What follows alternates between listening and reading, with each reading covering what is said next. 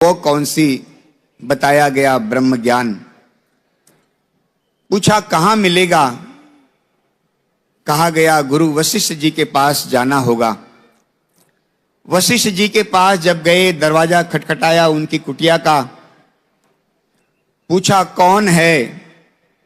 प्रभु श्री राम जी ने कहा कि यही तो जानने आया हूं कि मैं कौन हूं। हम बात भगवान श्री कृष्ण जी की भी ले लें। जब ये भी मनुष्य चोले में आए थे तो उनको भी गुरु संदीपनी मुनि के पास जाना पड़ा। और आज सद्गुरु माता सुदीक्षा जी महाराज ऐसी कृपा हम सभी पर कर रहे हैं कि जो भी इस इंसानी चोले में आया है, इनके दरबार में आकर के इनके चरणों में एक बार सर रख देता है, इस निर्गुण निरांकार परमात्मा ईश्वर के दर्शन हो जाते हैं। इस ईश्वर के बारे में कहा गया है कि ये ईश्वर अजर है, अमर है, अविनाशी है, अछेद है, अभेद है, अजन्मा है, जो आता नहीं जाता नहीं, तीन काल सत्य है, आज भी है आगे भी रहेगा। सुई के नोक के बराबर जगह नहीं है जहां पर परमात्मा नहीं है। हम दूर की बात क्यों करें, कुछ 100-125 साल पहले स्वामी विवेकानंद जी की बात कर लें। स्वामी विवेकानंद जी के मन में भी इस परमात्मा को प्राप्त करने की इच्छा जागृत हो गई। इस परमात्मा को देखने की इच्छा एक मन में उत्पन्न हुई। सारे संसार में जो भी जिनके पास उनको जाने का अवसर मिला, हर जगह जाकर के एक प्रश्न पूछते कि क्या इस दुनिया में परमात्मा है। सभी ने कहा कि हां परमात्मा है। दूसरा सवाल पूछते कि क्या आपने देखा है।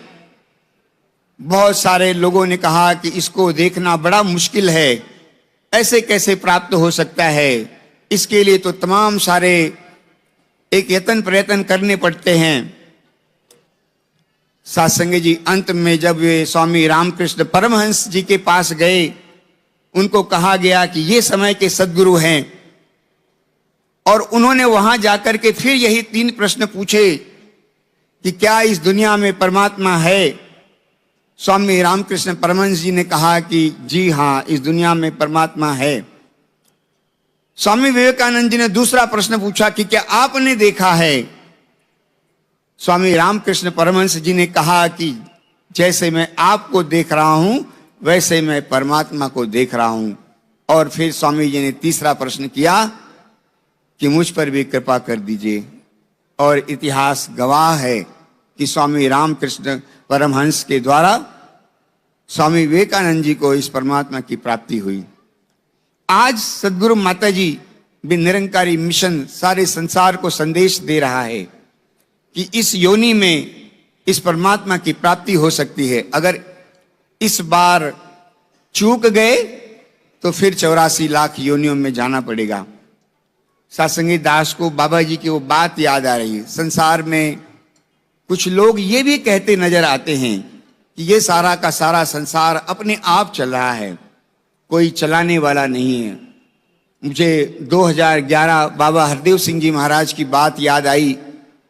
विक्रोली के समागम मैदान में बाबा जी ने वो बात भी कही थी कि एक पिता जो अपने बेटे से एक विभिन्न मत रखता था, उसका बेटा बड़ा ही भक्ति भाव वाला था, मगर जब भी वो भक्ति की बातें करता पिता हमेशा उसका विरोध करता था। एक दिन पिता जो है कहीं बाहर गया, बेटा घर में ही था। बहुत बड़ा कलाकार था बेटा, बढ़िया पेंटर था, बढ़िया आर्टिस्ट था।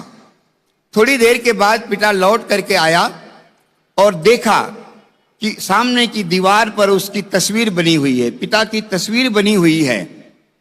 बेटे से पूछा कि ये कैसे बन गई तस्वीर। बेटे ने कहा कि पिताजी मुझे पता नहीं कैसे बन गई, मैं नहीं जानता। पिता ने थोड़ा सा गुस्सा किया। बेटे ने कहा हाँ हाँ पिताजी एक बात हुई। बोले क्या हुआ। बोले ये सामने की खिड़की खुली थी, बहुत तेज हवा चली, सामने से ब्रश पेंट सारे आकर के यहां दीवार में लगे और आपकी तस्वीर बन गई। पिता ने कहा कि तू मुझे मूर्ख समझता है, बिना किसी बनाए ये कैसे तस्वीर बन सकती है? बेटे ने कहा कि अगर ये छोटी सी तस्वीर बिना किसी के बनाए बन सकती है, नहीं बन सकती, तो ये सारा संसार कैसे चल रहा है? आओ साथ संगत जी, आज ये सदगुरु माता जी की कृपा से ये हम सभी को पता लगा है कि ये निरंकार परमात्मा जो आगे पीछे दाएं बाएं हाजिर नाजिर सब जगह भरा हुआ है, उसके दर्शन किए जा सकते हैं। और बिना इसके दर्शन किए इस इंसानी जीव का कल्याण नहीं हो सकता है। कहा भी गया है कि जाना रे जाना आणि करा कल्याण असे सांगती वेद पुराण। ये सारे वेद पुराण ये कह रहे हैं कि जान लो, अपना कल्याण कर लो, और यही एक अवसर यहाँ पर भी है। आइए हम सभी इनके चरणों में एक बार श्रद्धा से अपना सर झुकाएं और इस परमात्मा की जानकारी कर लें। प्यार से बोलिए। धन निरंकार जी मैं आखा मैं रब नू पाया, लोकी मन दे गल नहीं अपनी